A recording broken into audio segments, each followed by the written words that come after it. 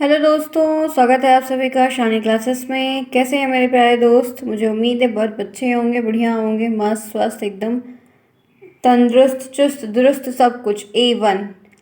आइए स्टार्ट करते हैं आज की इस क्लास की। दोपहर की क्लास हुई थी, जिन्होंने नहीं देखा है ज़रूर देख लें, ये क्लास होने के बाद देख लें। 100% आपको काफ़ी अच्छी चीज़ें मिलेंगी। वैसे मैंने आपको सूक्तियाँ करवाया था, मुझे टाइम नहीं मिल पाया इसलिए मैं लाइव चैट में एक्टिव नहीं हो पाई थी। और फिर बाद में आपको पोल भी करवाए गए, तो उसको भी आप ज़रूर से ज़रूर देख लें। और अभी यहाँ पर आपकी शाम की जो 4 बजे वाली दूसरी क्लास हो रही वो आप पर होनी चल रही है। और आज मैं यहाँ पर आपके लिए शिक्षण अधिगम का जो आपका पेपर है वो भी राजन सीरीज से वो मैं करवाने वाली हूँ। यह दूसरा पेपर है आपका, इस बात की जानकारी आपको होनी चाहिए। 50 नंबर का यह पेपर, 25 नंबर पासिंग है, 15 आपके ऑब्जेक्टिव आएंगे, बाकी शेष आपको लिखने के लिए आएगा। 40 प्रश्न टोटल आएगा, जिसमें से सबसे ज़्यादा जो फोकस करना है, समझना है, थोड़ा सा याद करना है, दिमाग में रखना है, वो ही 15 वाला है। क्योंकि कहा गया है बहुत बार, एक जनरली मतलब ऐसा एक है कि सबसे ज़्यादा जो कॉपी प्रॉपर तरीके से चेक की जाती है वो ऑब्जेक्टिव क्वेश्चंस को ज़्यादा ध्यान दिया जाता है। बाकी चीज़ें होती है वो थ्योरेटिकल होती है, तो वो बस थोड़ा बहुत देख लेते हैं, काम हो जाता है। लेकिन आपको ऑब्जेक्टिव में क्या होता है, हाँ या नहीं में होता है। इस वजह से सही है तो सही, नहीं तो गलत है गलत है, इसलिए आपको उसको ध्यान रखना होगा। आपकी जो परसेंटेज है वो 90% के ऊपर डीलेट में बनेगी तो ज़्यादा अच्छा होगा, कम बनेगी तो ठीक है, लेकिन ये अच्छा नहीं होगा उतना, क्योंकि मेरिट का गेम बहुत ज़्यादा उसी की फाइटिंग होगी। तो आपके जो स्कोर बनने वाले हैं, जो 90% के इस गोल तक पहुंचने का कार्य है, वो 50 नंबर के 3 पेपर, पहला पेपर, दूसरा पेपर और आपका 5वां पेपर जो सेक्शन उसका है सोशल साइंस का, वही ये तीनों मिलकर आपके परसेंट को बनाने में मदद करेंगे। इस बात को ध्यान रखिएगा। तो काफ़ी अच्छा टॉपिक है। आज हम यहाँ पर ऑब्जेक्टिव क्वेश्चंस की शुरुआत करेंगे। ये आपकी लेटेस्ट सीरीज है राजन की 2023 की, आप देख सकते हैं, जो कि मैं आपको सीरियल वाइज यहाँ पर चल रही हूँ आज की इस क्लास में करवाने के लिए। तो इस समय आप जुड़े हैं कहाँ पर? शालिनी क्लास के साथ। मैं हूँ शालिनी, आप सभी का यहाँ पर स्वागत करती हूँ। जो भी भाई बहन, छोटे बड़े, भैया दीदी जो भी यहाँ पर आए हुए हैं, प्लीज़ चैनल को सब्सक्राइब करके अभी तक नहीं किया है, वीडियोस को लाइक करिए, वीडियो देखिए। कोई प्रॉब्लम अगर दिक्कत लगती है, कुछ समझ में नहीं आता है, तो मुझे मेल कर सकते हैं, मुझे कमेंट में बता सकते हैं। ये टॉपिक है तो आपको हर एक चीज़ शॉर्ट आउट हो जाए। अगर आप मेरे से देखिए, यहाँ पे बहुत सारे फ्रेंड्स हैं मेरे साथ, बहुत आज से 6 महीने से जुड़े हुए, और वो सारे क्वेश्चंस कर पा रहे हैं, समझ पा रहे हैं, क्योंकि उन्होंने मेरी क्लास पढ़ी है, देखी है, नोट्स बनाई है, नोट्स लिया भी बहुत लोगों ने, बहुत सारे बच्चों ने नहीं लिया है, क्लास से नोट्स बनाई, बहुत सारे बच्चों ने बुक्स खरीदे, बहुत कुछ किया है। तो उनके क्वेश्चंस ऑलमोस्ट करेक्ट हो रहे हैं। तो अगर आप चाहते हैं कि आप भी उनके बराबर कर पाएँ, सब कुछ सीखें, तो आपके पास अगर बुक्स है तो आप बुक से पढ़ो, नोट्स खुद बनाए हो तो उसको पढ़ो, यहाँ समझ में आ रहा है यहाँ से पढ़ो, लेकिन प्रॉपर तरीके से आप पढ़ो टाइम टू टाइम। ठीक है, चलिए देखते हैं। फिर टेलीग्राम को ज्वाइन करेंगे तो पोल के क्वेश्चंस डेली के डेली, और ये सारे जो PDF हैं सूक्ति वाले आपको कल मिल जाएंगे, एक दिन क्लास के बाद हम दे देंगे कुछ तुरंत। तो आपको हर एक चीज़ें अपडेटेड हो जाएगी और बढ़िया रहेगा, आपको हेल्प मिलेगी। आइए शुरुआत करते हैं ऑब्जेक्टिव क्वेश्चंस की। देखते हैं यहाँ पर, ये रहा आपके सामने पहला प्रश्न। शिक्षण अधिगम के सिद्धांत में 2019 में पूछा गया प्रश्न है, बहुविकल्पित हम करेंगे शुरुआत। स्क्रीन पर है, जिन्होंने क्लास को अभी तक नहीं लाइक किया फटाफट लाइक करिए और पहले प्रश्न का उत्तर दीजिए। कौन सा प्रकृति प्राप्त टीलम नहीं, इसमें से कोई एक ऐसा है जो प्रकृति के द्वारा, बाय नेचर के द्वारा, बाय गॉड गिफ्टेड टीलम नहीं। टीलम का full form teaching learning material. तो पहला ऑप्शन है कंकड़ पत्थर, दूसरा ऑप्शन है मानचित्र, तीसरा टहनी और चौथा पत्ती। इन सभी में से एक ऐसा टीलम है जो प्रकृति से हमें प्राप्त नहीं है, बाकी वो टीलम के अंडर आता है। तो हमें मालूम है कि जितने ऑप्शन दिए हैं वो मानचित्र ही एक ऐसा है जो मैन मेड है, क्योंकि हम उसको खुद बनाते हैं। बाकी कंकड़ पत्थर आता है, टहनी खुद बनती है, मतलब प्रकृति में है, पत्तियां बनती है, फूल बनते हैं, तो वो नहीं है। तो बी ऑप्शन जिन्होंने बताया अच्छा प्रश्न है, 19 में आया प्रश्न है, 19 और 18 के क्वेश्चन रिपीट होने की पॉसिबिलिटी ज़्यादा है। TLM का पूरा नाम क्या है अभी मैंने ऊपर ही बताया। पहला है teaching level material, teaching learning material, teaching level material. तो राइट ऑप्शन है टीचिंग लर्निंग मटेरियल। शिक्षक सहायक सामग्री क्या है? शिक्षण सहायक सामग्री। ठीक है, तो हिंदी में भी पता होना चाहिए और इंग्लिश में भी आपको ज़रूर पता होना चाहिए। आगे चलते हैं, क्योंकि दोनों तरीके से पूछ सकता है, कोई फिक्स नहीं है कि आपको इंग्लिश वाला ही पूछेगा। एक शिक्षण सूत्र में पहले तथ्य और विषय वस्तु की पूर्ण जानकारी दी है। एक शिक्षण सूत्र है जिसमें हम पहले जो है, जो तथ्य है, जो फैक्ट है, जो कॉन्सेप्ट है, जो थ्योरी है, उसकी पूरी डिटेल में दे देते हैं, फिर उसके एक एक अंश को बताते हैं, पूर्ण से अंश की ओर, सरल से कठिन की ओर, संश्लेषण से विश्लेषण की ओर एंड स्थूल से सूक्ष्म की ओर। तो आपको मैंने शिक्षण सूत्र ऑलरेडी बहुत पहले करवा के रखा हुआ है और बताया भी है। तो जो चीज़ें आपको पूछी जा रही हैं, जो आपको एक उदाहरण दिया गया है या एक स्टेटमेंट ये लिखा हुआ है क्वेश्चन 3 में, इससे संबंधित कौन-सा सूत्र है शिक्षण का जो वहाँ पर एप्लीकेबल मतलब लागू है? बताइए। ऐसा क्या है कि हम जिस पे पूरा बता देते हैं फिर बात, तो वो आपको पहला ऑप्शन ही सही है पूर्ण से। पहले हम पूरी चीज़ को पूरा होल वेन्यू दिखा देते हैं, उसके बाद हम एक-एक चीज़ बताते हैं, ये भी आउटलेट है, वो भी आउटलेट है, ये है, वो है, वो है, वो है, वो है, तो वो चीज़ें होती हैं, ठीक है? क्योंकि नया घर बनता है लोग बाहर से देखते हैं, फिर अंदर आते हैं, जैसे इधर कमरा है, इधर लैट्रिन है, इधर किचन, इधर बाथरूम, ऐसा करते ही नहीं करते? तो पूरा होल में आप दिखा दो, उसके बाद अब उसको अंश-अंश एक-एक चीज़ दिखाओ। तो कहीं न कहीं जो बात यहाँ पर आपके स्टेटमेंट में दी गई उसके लिए आपका एक ही सूत्र है, वो है पूर्ण से अंश की ओर। आगे बढ़ते हैं, नेक्स्ट देखते हैं। एक बालक को अंग्रेजी पढ़ना है, कोई एक लड़का है, ठीक है, बालक है, बच्चा है, उसको इंग्लिश पढ़ना है। इसके अंतर्गत उसे शब्द बताना है, तो पहले उसे एबीसीडी सिखाना चाहिए। यह किस शिक्षण सूत्र के अंतर्गत आता है? कोई एक बच्चा है, उसको इंग्लिश बोलना है, इंग्लिश पे लिखना है, पढ़ना है, जो भी करना है, तो उसको आप कैसे मतलब सिखाने के लिए सबसे पहले क्या करोगे? एबीसीडी अल्फ़ाबेट्स की जानकारी दोगे, तो ये किस शिक्षण सूत्र से तालमेल खाता है? ज्ञान प्राप्त करने वाली, ज्ञान व्यक्त करने वाली, संश्लेषण से विश्लेषण की ओर, इनमें से कोई नहीं। तो आप बता सकते हैं कि राइट आंसर क्या होगा? बताइए। कम ऑन फ्रेंड्स, आपका टाइम शुरू होता है अब। आंसर करिए, 4th का राइट आंसर क्या होगा? और सभी को करना, अगर किसी का गलत होता है तो कोई बहुत बड़ी बात नहीं, गलत होगा तो एक बार आप गिरेंगे, फिर आप सीखेंगे ना, दोबारा जब पढ़ेंगे तो नहीं गलती होगी। हम सीरीज़ करते क्यों हैं कि अगर इस तरह का प्रश्न वहाँ पर बन के आता है तो हम वहाँ पर टिक कर पाएँ बिना किसी झिझक के।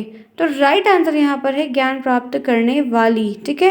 क्योंकि इसमें किस तरह से जैसे कि आपको जिसको सीखना है वहाँ पर आप इस चीज़ों को आराम से कर सकते। वैसे फ्रेंड्स एक बात बताएं, एक बालक को अंग्रेजी पढ़ाना है तो उसके यहाँ शब्द बताना है, तो पहले तो एबीसीडी सिखाइए। ये आपका सी ऑप्शन होगा, संश्लेषण से विश्लेषण की ओर, ठीक है? सी ऑप्शन सही है। यहाँ पे वाला या वाली से क्या मतलब है?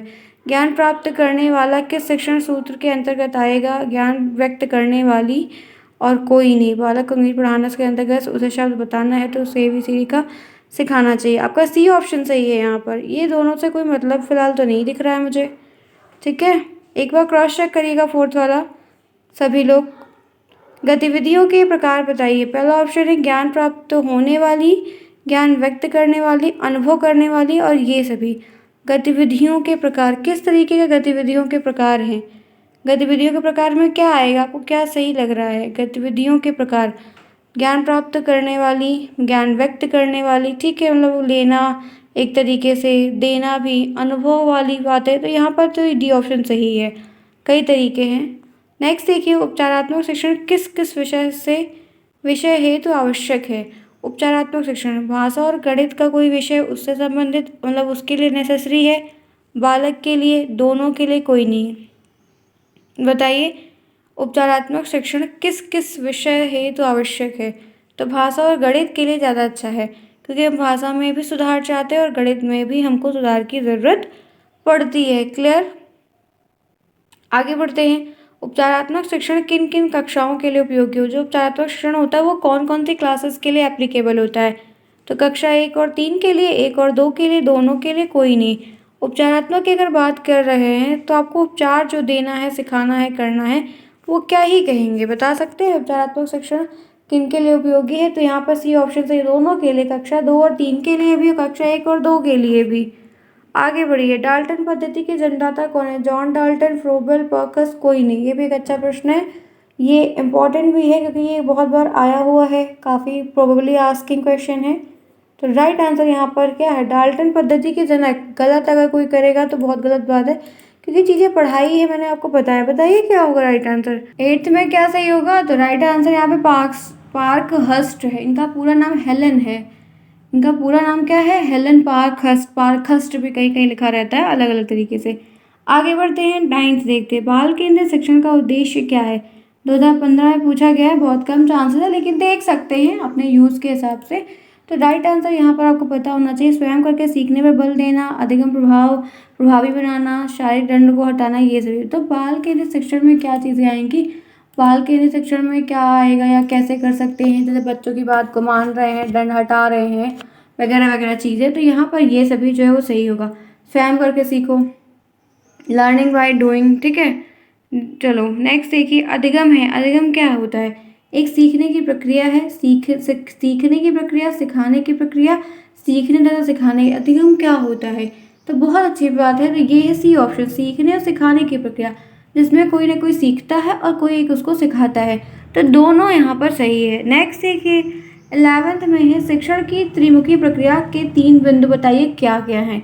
शिक्षण की त्रिमुखी प्रक्रिया के 3 बिंदु बताने हैं। तो शिक्षक शिक्षार्थी पाठ्यक्रम 1, शिक्षक पेन विद्यालय 2, शिक्षार्थी और साम्य पत्र और पेन। बताइए क्या होगा त्रिमुखी बिंदु, वही बताइए ट्राइपोलर पोलर।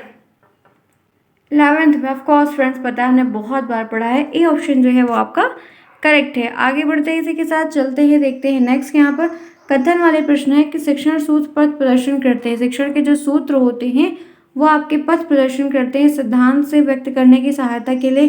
मतलब किसका ये कथन है? रेमंड का, भाटिया का, गिलफोर्ड का, स्किनर का। ये एक इंपॉर्टेंट क्वेश्चन है क्योंकि ये आया हुआ है। चलिए फटाफट बताइए और क्लास भी लाइक करिए कि राइट आंसर क्या होगा, और फटाफट लाइक करना है क्योंकि 10 मिनट हो गए हमारे और हमने 10 प्रश्न भी कर लिया है, तो लाइक तो बनता है। चलिए बताइए फटाफट क्या होगा। आपको क्या सही लग रहा है कि क्या आपका उचित है, परफेक्ट है, नाइस है, सुपर्ब है? आपको मालूम होना चाहिए कि इसको मैंने आपको पढ़ाया भी है। तो यहाँ पर जो राइट आंसर वो है रेमंड का। ए ऑप्शन जो है बेस्ट है। आगे बढ़ते हैं, नेक्स्ट देखते हैं किसका कितना सही हो रहा, देखते रहिएगा क्योंकि उससे आपका एक आकलन होगा कि कितना तैयार है।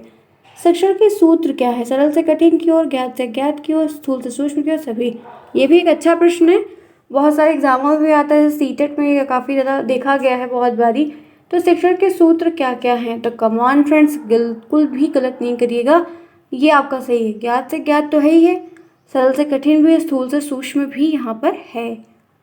नेक्स्ट देखिए उपचारात्मक शिक्षण के लाभ क्या क्या होते हैं। उपचारात्मक शिक्षण अगर हो रहा है, किया जा रहा है, तो उसका लाभ क्या है? छात्रों की दुर्बलता और कठिनाइयों का पता चलता है, पथ प्रदर्शन होता है, कठिनाई का निराकरण होता है, ये सभी। तो 14th का one and only one option is best, वो है आपका डी। कठिनाइयाँ दूर होती हैं, हाँ होती हैं। रास्ता मिलता है, पथ प्रदर्शन होता है, हाँ होता है। दुर्बलताएं, कठिनाई का पता चलता है, वीकनेस पॉइंट पता चलते हैं, जहाँ पर हम गिर गिर रहे हैं वो पता चलता है, हाँ पता चलता है। और फिर हमें गाइडेंस मिलती है और फिर हम उस पर चलते हैं तो काफ़ी कुछ कर ले जाते हैं। शिक्षण अधिगम के सिद्धांत क्या क्या हैं? तो करके सीखने का सिद्धांत है, रुचि का, प्रेरणा का, सभी। 15 प्रश्न भी बहुत अच्छा है और बहुत बारी आया हुआ है। तो आप गलत, तो मुझे नहीं लगता है कि गलत कोई भी बच्चा यहाँ पर आज करेगा क्योंकि ये सारी चीज़ें हमने कई बारी चर्चा की हुई। कम ऑन फ्रेंड्स, तो राइट आंसर डी ऑप्शन जो है वो बेस्ट है। जिन्होंने डी लगाया वो सब सही, क्योंकि प्रेरणा का सिद्धांत भी है, करके सीखने का भी सिद्धांत है और रुचि का भी सिद्धांत है। आगे बढ़ते हैं, नेक्स्ट देखते हैं। शिक्षण प्रविधियाँ हैं। शिक्षण प्रविधियाँ क्या? प्रश्नोत्तर प्रविधि, वर्णन, विवरण, सभी। टेक्निक जिसको कहा गया वो क्या क्या है? आप जो पढ़ा रहे हैं, पढ़ रहे हैं, सीख रहे हैं, या छोटे बच्चों को पढ़ाया जा रहा है, बताया जा रहा है, तो वो किन किन माध्यमों से, किन किन प्रविधियों के द्वारा? तो प्रश्नोत्तर प्रविधि बहुत फॉलो होती है, उसके थ्रू होता है। विवरण है वो भी फॉलो करते हैं। वर्णन, एक्सप्लेन कर रहे हैं, बता रहे हैं। बहुत सारी प्रणालियाँ हैं, तरीके हैं जिनको यूज़ करके चीज़ें बताई जा रही हैं। तो 16 में आपका डी ऑप्शन जो है, जिन्होंने डी बताया है उनका करेक्ट है। आगे बढ़ते हैं। होपफुली यहाँ तक बातें क्लियर है, समझ में आ रही। बेसिक बेसिक चीज़ें हैं जो हमने ऑलरेडी पढ़ रखा है, अब रिवीजन कर रहे हैं। शिक्षण की नवीन विधियाँ। शिक्षण की नवीन विधियाँ क्या क्या हैं? तो बाल केंद्रित शिक्षण, गतिविधि आधारित शिक्षण, ए और बी दोनों, कोई नहीं। नवीन विधियों में नए तरीके क्या हैं, क्या होगा, कैसे होगा, नए नए तरीके से करना, समझाना, बताना, सिखाना। तो come on friends, right answer C है, बाल केंद्रित, चाइल्ड सेंटर और गतिविधि, एक्टिविटी से फुलफिल हो। आप एक्टिविटी करवाओ, सिखाओ, बताओ, उनका दिमाग काफ़ी चलेगा क्योंकि वो एक्टिविटी में काफ़ी इंटरेस्टेड दिखते हैं। नेक्स्ट देखिए, पावलो ने अपना प्रयोग किस कुत्ते पर किया था? मैंने खुद ही बता दिया किस कुत्ते पर किया था। तो राइट आंसर है, किसने किया था? कुत्ते पर किया था। याद आ रही है बातें? IP पावलो, इनका पूरा नाम है इवान पेट्रोविच पावलोव। इन्होंने कुत्ते को वो लार टपकाने वाला जो आपको पूरा सब कुछ बताया था, इमेज बहुत अच्छी दिखाई थी। आई होप सो कि कोई प्रॉब्लम नहीं होगी। आइए आगे बढ़ते हैं, 19 प्रश्न पढ़ते हैं, फटाफट पढ़िए सभी लोग। क्या दिया हुआ है 19? चलिए देखते हैं। यहाँ पर एक व्यक्ति दूसरे व्यक्ति को सूचना या जानकारी देता है और दूसरा व्यक्ति उसे समझ लेता है, वो क्या कहलाता है? संप्रेषण, स्मृति, कल्पना और ध्यान। कोई एक व्यक्ति है और दूसरे व्यक्ति को कोई सूचना है, कोई इन्फॉर्मेशन उसको दे रहा है और दूसरे व्यक्ति को वो समझ में आ जा रही है पूरी प्रॉपर तरीके से, तो ये क्या कहलाएगा? तो ये संप्रेषण कहलाएगा, क्योंकि वो कम्युनिकेट कर रहा है। और जब बात समझ में आ जा रही है तो एक गुड कम्युनिकेशन कहलाएगा, जहाँ पर हम बातें कर रहे हैं, अपनी चीज़ों को साझा कर रहे हैं। नेक्स्ट देखिए, किस शिक्षण सूत्र के माध्यम से वस्तु या संदर्भ की जानकारी सूक्ष्मता की ओर दी जाती है? सरल से कठिन की ओर, पूर्ण से अंश की ओर, संश्लेषण से विश्लेषण की ओर और स्थूल से सूक्ष्म की ओर। 20 प्रश्न भी अच्छा है काफ़ी फिलहाल के लिए। चलिए बताइए क्या होगा। बातें कम, काम ज़्यादा। ठीक है, हम पहले पढ़ाई फिर काम। 20 में क्या होगा फ्रेंड्स? Come on. तो राइट आंसर स्थूल से सूक्ष्म की ओर है। ठीक है, आगे बढ़ते हैं इसी के साथ। नेक्स्ट, किसका कथन है कि शिक्षण अधिगम हेतु दिया गया उद्दीपन मार्गदर्शन दिशाबोध और प्रोत्साहन है? Burton, Herbert, Ryburn, John Dewey. 21 is almost good and best question. किसका कथन है शिक्षण अधिगम हेतु दिया गया उद्दीपन मार्गदर्शन दिशाबोध और प्रोत्साहन है? तो ये बर्ट साहब है, बर्टन साहब, उन्होंने ये बात डिक्लाइन की है, मतलब डिक्लेयर की है। सॉरी, डिक्लाइन का मतलब मना करना होता है। आगे बढ़ते हैं इसी के साथ। तो यहाँ तक चीज़ें क्लियर है। देखिए 22 कथन के प्रश्न आते हैं शिक्षण अधिगम में, थोड़े ज़्यादा आते हैं, क्योंकि पेपर 1 है ना, प्रतिपादक वगैरह ज़्यादा पूछता है, तो इसलिए ध्यान रखिए। शिक्षण एक ऐसी प्रक्रिया है जो बच्चे की समझ शक्तियों के विकसित में सहायता करती है विकास में। जॉन ड्यूवी, रायबर्न और हर्बर्ट। बताइए क्या होगा 22 का राइट ऑप्शन? तो one and only one option is best for this question, वो है रायबर्न। आगे चलते हैं नेक्स्ट। कथन के प्रश्न सीरीज से जरूर नोट डाउन कर लीजिए, आपको दिक्कत ना हो ताकि। 23 किसका कथन है कि शिक्षण कौशल एक विशेष अनुदेशन क्रिया है जिसका प्रयोग अध्यापक अपनी कक्षा में करता है? गेज, बर्टन, रायबर्न और जॉन ड्यूवी। ये एक ऐसी कौशल की बात आपसे पूछ रहा है, बता रहा है कि विशेष अनुक्रिया है जिसका प्रयोग अध्यापक अपनी क्लास में भी करता है। तो one and only one option is best for this question, वो है गेज। इनका नाम एलन गेज है। आगे बढ़ते इसी के साथ 24 पर चलिए। नेक्स्ट देखिए क्या है। किसका कथन है कि यह संबंध शिक्षण व्यवहारों का वह स्वरूप होता है जो कथा की विशिष्ट अंतःक्रिया, अंत प्रक्रिया, परिस्थिति को उत्पन्न करता है, जो शैक्षिक उद्देश्य को प्राप्त करने में सहायक होते हैं और छात्रों के सीखने में सुगमता प्रदान करते हैं? तो डॉक्टर क्या है, मैक्टिनेयर और हाइट, अरस्तु, गेज और कोई नहीं। 24 में कौन सा ऑप्शन आपको उचित लग रहा है, बेस्ट लग रहा है, जरा बताइए। देखना चाहती हूँ मैं कि आप चूज़ क्या करते हैं। वैसे इतना बड़ा फिलहाल सीरीज में दिया है, आएगा नहीं, बहुत कम चांसेस है। राइट आंसर ए ऑप्शन जो है वो आपका इसके लिए करेक्ट है। परेशान ना होइए, इतने टफ नहीं पूछने वाले हैं। किसका कथन है शिक्षण अधिगम परिस्थिति को विचारहीनता से विचारपूर्ण तक चलाने की प्रक्रिया है? ये एक अच्छा है, आ सकता है। विश्वविक्स, अरस्तु, रायबर्न, जॉन ड्यूवी। 25 में क्या सही होगा? तो one and only one option is best, वो है ए ऑप्शन, विक्स। आगे बढ़े। आई होप सो कि यहाँ तक चीज़ें क्लियर है, किसी को कोई इफ बट भी नहीं होना चाहिए। आगे देखिए, क्योंकि मैं क्लियर बता रही हूँ। पर्यटन के प्रकार संक्षिप्त, तो लघु पर्यटन, समान क्षेत्रीय पर्यटन और ये सभी पर्यटन के प्रकार क्या हैं? तो राइट आंसर ये सभी आ जाएंगे, क्योंकि काफ़ी सारी चीज़ें उसमें आती ही आती हैं। आगे बढ़ते हैं नेक्स्ट। खेल रीति पर आधारित शिक्षण पद्धति है तो वो क्या है? किंडरगार्टन, मॉन्टेसरी, डाल्टन, ये सभी, मतलब खेल के द्वारा सिखाना, खेल को महत्वपूर्ण देना, महत्वपूर्ण बताना, तो ये सभी आ जाएगा, क्योंकि मॉन्टेसरी में भी खेल है, किंडरगार्टन नाम ही खेल है, डाल्टन पद्धति में भी खेल है। वाद विवाद प्रविधि के खोजक कौन है और हेरी ए आवर स्ट्रीट, फ्रोबल, डाल्टन। अच्छा प्रश्न है ये। 28 अच्छा है, ध्यान रखिएगा। ठीक है, तो बता सकते हैं वाद विवाद प्रविधि के खोजकर्ता, बताइए। राइट आंसर आपका इसका भी A, Harry A Overstreet. Overstreet, इनको कभी कभी ओवर भी लिखा रहेगा। आगे बढ़ते हैं। थॉर्नडाइक ने कितने मुख्य नियम बताए थे? 3, 5, 4, 6। कम ऑन फ्रेंड्स, गलत तो आप कर ही नहीं सकते, मुझे उम्मीद है कि बहुत ही बढ़िया मैंने सारी चीज़ें बताया है ना। तो थॉर्नडाइक का क्या होगा? 3 बताया था मुख्य नियम, गौर नियम 5 थे। थॉर्नडाइक का मुख्य नियम क्या क्या था? प्रभाव का नियम, तत्परता का नियम, अभ्यास का नियम, ये सभी। तो one and only one option is best for this question, वो क्या है? डी। ये भी आएगा, ये भी आएगा, ये भी आएगा। थॉर्नडाइक का सिद्धांत क्या है? तो यहाँ पर है प्रयत्न सिद्धांत, सूज का, दोनों, कोई नहीं। अगर हम सिद्धांत की बात करते हैं तो सी ऑप्शन है, क्योंकि दोनों इसमें थॉर्नडाइक का सिद्धांत, सॉरी ये नहीं है, ये तो उनका है। ये पहला वाला जो है वो थॉर्नडाइक का है। ठीक है, थॉर्नडाइक का सिद्धांत जो है पहला वाला है। थॉर्नडाइक ने अपना प्रयोग किस पर किया था, किस जानवर पर? बिल्ली, शेर, कुत्ता, गाय। तो थॉर्नडाइक साहब ने बिल्ली पर किया था। आगे बढ़ते हैं। तो फ्रेंड 32 तक आज करते हैं, जहाँ पे आपकी क्लास हो गई है, जहाँ पर 32 याद रखिएगा। नेक्स्ट क्लास जब कल की करेंगे तो सेम PDF में सब कुछ दिया है, जैसे PDF ओवर होगा हम आपको ज़रूर से ज़रूर दे देंगे ये सारी चीज़ें। और 32 तक करवा दिए, 32 प्रश्न मैंने करवा दिए, इसको बिल्कुल भी नहीं भूलिएगा ताकि मैं कल के आगे कंटिन्यू। आई होप सो कि क्लास 4 बजे वाली आपको बेस्ट है, क्वेश्चंस आपके सीरीज से हैं, करवाए मैंने, रिवीजन हुआ। क्लास पसंद आई है तो लाइक करते हुए जाइएगा, कमेंट जरूर करिएगा। मिलते हैं फिर नेक्स्ट में, तब तक के लिए take care, bye bye, see you soon.